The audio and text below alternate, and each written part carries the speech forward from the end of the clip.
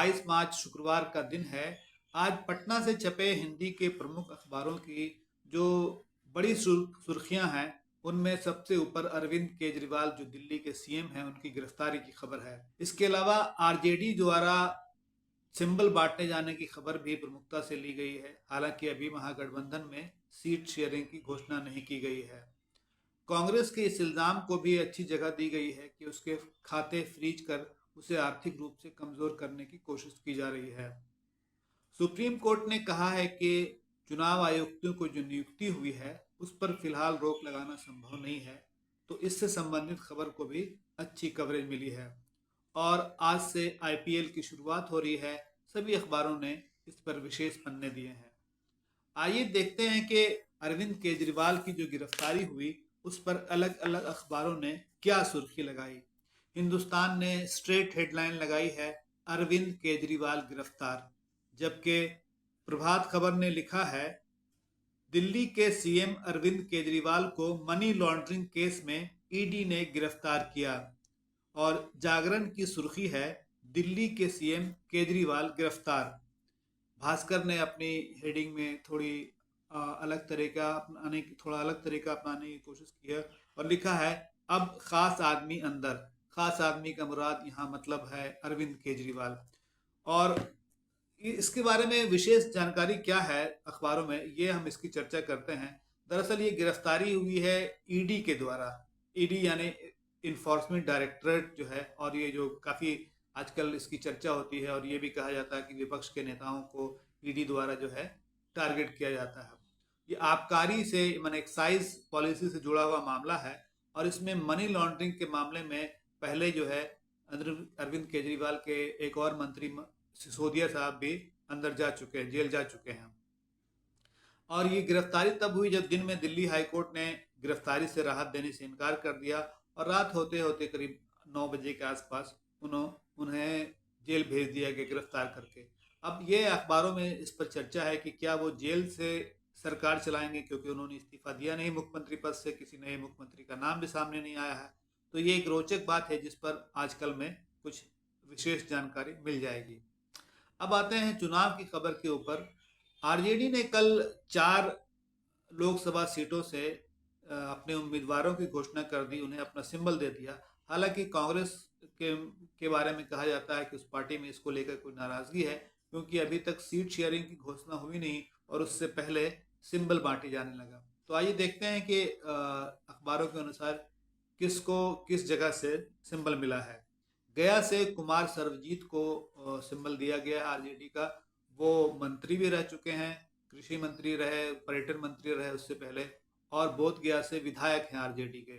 औरंगाबाद से अभय कुशवाहा को आरजेडी ने अपना सिंबल दिया है। अभय कुशवाहा हाल तक जेडीयू में थे और वो टिकारी से विधायक भी रह चुके हैं। तो ये देखा जा रहा है कि वहाँ औरंगाबाद में चूंकि वो एक राजपूत के दबदबा वाला क्षेत्र माना जाता है और सुशील सिंह वहाँ लगातार सांसद चुने जा रहे हैं, तो क्या अभय कुशवाहा जाति होने की वजह से उन्हें कोई विशेष चुनौती देंगे? शायद इसकी चर्चा आगे हमको देखने को मिले। नवादा में श्रवण कुशवाहा को सिंबल दिया गया है आरजेडी का। वो लंबे समय से आरजेडी से जुड़े रहे हैं, मुखिया का चुनाव जीता, हालांकि बाद के कई चुनाव वो हार गए। जमुई से अर्चना रविदास का नाम है, जिनके पति जो है वो ज़्यादा चर्चित हैं उनसे, और उनकी वजह से इनको टिकट मिला है, ऐसा अखबारों ने लिखा है। अच्छा, इस सिलसिले में एक बात की चर्चा ये है कि गया में जो कुमार सर्वजीत को मिला है टिकट आरजेडी की तरफ से, तो उनके सामने कौन होंगे? उनके सामने अब विधिवत घोषणा हो गई कि हिंदुस्तानी अवाम मोर्चा के संरक्षक और उसके संस्थापक जीतन राम मांझी, जो पहले मुख्यमंत्री भी रह चुके हैं, वो लड़ेंगे और वो चौथी बार अपनी किस्मत वहां से आजमा रहे हैं।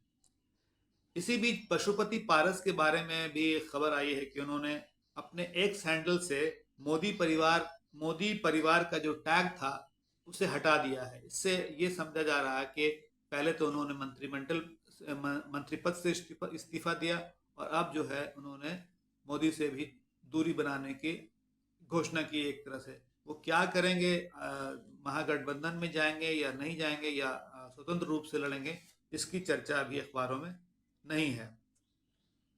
अब आते हैं कांग्रेस के जो खाते फ्रीज किए गए, उनके बैंक खाते।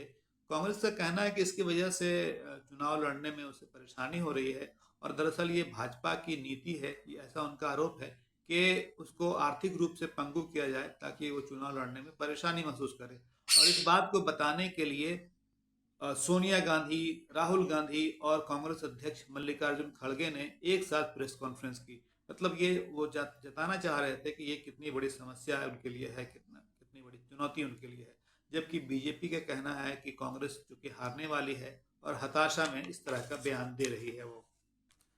अब सुप्रीम कोर्ट के फैसले के बारे में आते हैं, जिसके ऊपर भास्कर ने एक हेडलाइन लगाई है, ओह माय लॉर्ड। मतलब के जो मी लॉर्ड हैं अखबारों सुप्रीम कोर्ट के, उनका जो उनके जो 3 फैसले हैं उसको एक साथ मिलाकर इस अखबार ने जगह दी है। और इसमें जो खबर है वो चुनाव आयुक्तों की नियुक्ति के बारे में। आपको पता है कि कांग्रेस और एडीआर ने इस संबंध में सुप्रीम कोर्ट में अर्जी डाल रखी है कि चुनाव आयुक्त की नियुक्ति वाली जो समिति है उसमें एक जज को भी होना चाहिए। अब अभी इस पर फैसला आना बाकी है, लेकिन सुप्रीम कोर्ट ने एक टिप्पणी की कि 200 नामों में से 2 घंटे में 2 चुनाव आयुक्तों की नियुक्ति कैसे की गई। सरकार से इसका जवाब मांगा गया है और ये सुनवाई अभी जारी रहेगी। एक और खबर है सुप्रीम कोर्ट से, वो है कि पीआईबी की जो फैक्ट चेकिंग यूनिट थी या बनाई है, सरकार का जो प्रस्ताव था कि ऑनलाइन जो सामग्री आती है उसको पीआईबी फैक्ट चेक करेगी उसका, और अगर वो उसकी नज़र में गलत है तो उसे हटाया भी जा सकता है। इस यूनिट के बारे में ये अब खबर आई सुप्रीम कोर्ट से कि उसने इस पर रोक लगा दी है, क्योंकि इस पर एडिटर्स गिल्ड का कहना था कि ये एक तरह का सेंसरशिप है, और जब भी पीआईबी चाहेगी, जिस खबर को भी चाहेगी, वो उसे उसके बारे में कुछ अपनी टिप्पणी देकर उसे हटाया जा सकता है। एक और खबर है सुप्रीम कोर्ट से, वो है तमिलनाडु में राज्यपाल द्वारा डीएमके नेता को मंत्री बनाए जाने से इनकार करने पर। एक मंत्री हैं, उनको सुप्रीम कोर्ट ने दोष मुक्त करार दिया है, और उसके बावजूद उसे मंत्री पद की शपथ दिलाने के लिए वहाँ के राज्यपाल तैयार नहीं हैं। तो सुप्रीम कोर्ट ने कहा कि ये दरअसल सुप्रीम कोर्ट की अवमानना का मामला है और इसको देखने के लिए कहा गया है। और ये भी कहा सुप्रीम कोर्ट ने कि अगर उन्हें 1-2 दिन के अंदर में मंत्री पद की शपथ नहीं दिलाएगी तो फिर वो अपने स्तर से कार्रवाई करेगा। अब आते हैं खेल की खबर के बारे में, जो खेल के पन्ना है और पहले पेज पर भी इसको जगह दी गई है कि आज से आईपीएल की शुरुआत हो रही है। आप जानते हैं आईपीएल काफ़ी लोकप्रिय टूर्नामेंट है भारत का, और ये 17वां सीजन है। और इसमें जो सबसे चर्चित खबर है वो है कि चेन्नई सुपर किंग्स की कप्तानी महेंद्र सिंह धोनी अब नहीं करेंगे। उनकी जगह पर ऋतुराज गायकवाड़ को बनाया गया है। 27 साल के ऋतुराज गायकवाड़ की तरह महेंद्र सिंह धोनी भी इसी उम्र में चेन्नई सुपर किंग्स के कप्तान बने थे। एक दुखद खबर हिंदुस्तान और भास्कर ने भी दी है कि जयपुर में एक घर में गैस सिलेंडर में आग लग गई, जिसमें मोतिहारी के रहने वाले एक ही परिवार के 5 लोगों की मौत हो गई। अक्सर गैस सिलेंडर फटने से या उसमें आग लगने से मौत की खबर आती रहती है, जो बेहद दुखद है, और इससे बचा जा सकता है। इसके लिए जागरूकता फैलाने की ज़रूरत है। एक खबर चुनाव से संबंधित तो नहीं है, लेकिन राजनीति से संबंधित है कि सिवान में एक चिलमरवा हत्याकांड हुआ था। तो उसमें 2 लोग, भाकपा माले के 2 विधायक जो हैं वो नामजद थे, दरौली के सत्यदेव राम और जीरादेई की विधायक अमरजीत कुशवाहा। इसके बारे में 30 मार्च को फैसला आने वाला है। ये महत्वपूर्ण खबर है, क्योंकि देखिए इससे पहले अगियाओं के विधायक जो थे उनको, भाकपा माले के विधायक, उनको दोषी करार दिया गया और इस वजह से वो अयोग्य भी घोषित किए गए थे। अब एक ज़रूरी खबर यह है कि शिक्षक भर्ती की जो परीक्षा 5 अप्रैल को होने वाली थी उसे स्थगित कर दिया गया है। और चुनावी बॉन्ड की खबर के बारे में नई जानकारी यह है कि यूनिक नंबर के साथ एसबीआई ने वो जारी कर दी इसकी जानकारी, जिसे अब तक एसबीआई नहीं बता रहा था। और सोना के शौकीनों के बारे में ये खबर है कि ये इसकी कीमत लगभग 67,000 रुपये के आसपास आ गई है। मतलब लगातार इसकी कीमत बढ़ रही है। और आखिरी में ये खबर कि पतंजलि के जो आचार्य बालकृष्ण थे, उन्होंने भ्रामक विज्ञापन के बारे में अपनी ओर से सुप्रीम कोर्ट को अपना माफ़ीनामा बिना शर्त पेश कर दिया है, ताकि उन पर जो है आगे की कोई कार्रवाई नहीं हो। पतंजलि पर ये आरोप था और इस पर केस भी चल रहा था कि उसके कई विज्ञापन ऐसे हैं जो भ्रामक दावे करते हैं। तो आज के लिए इतना ही, कल फिर मुलाकात होगी। शुक्रिया।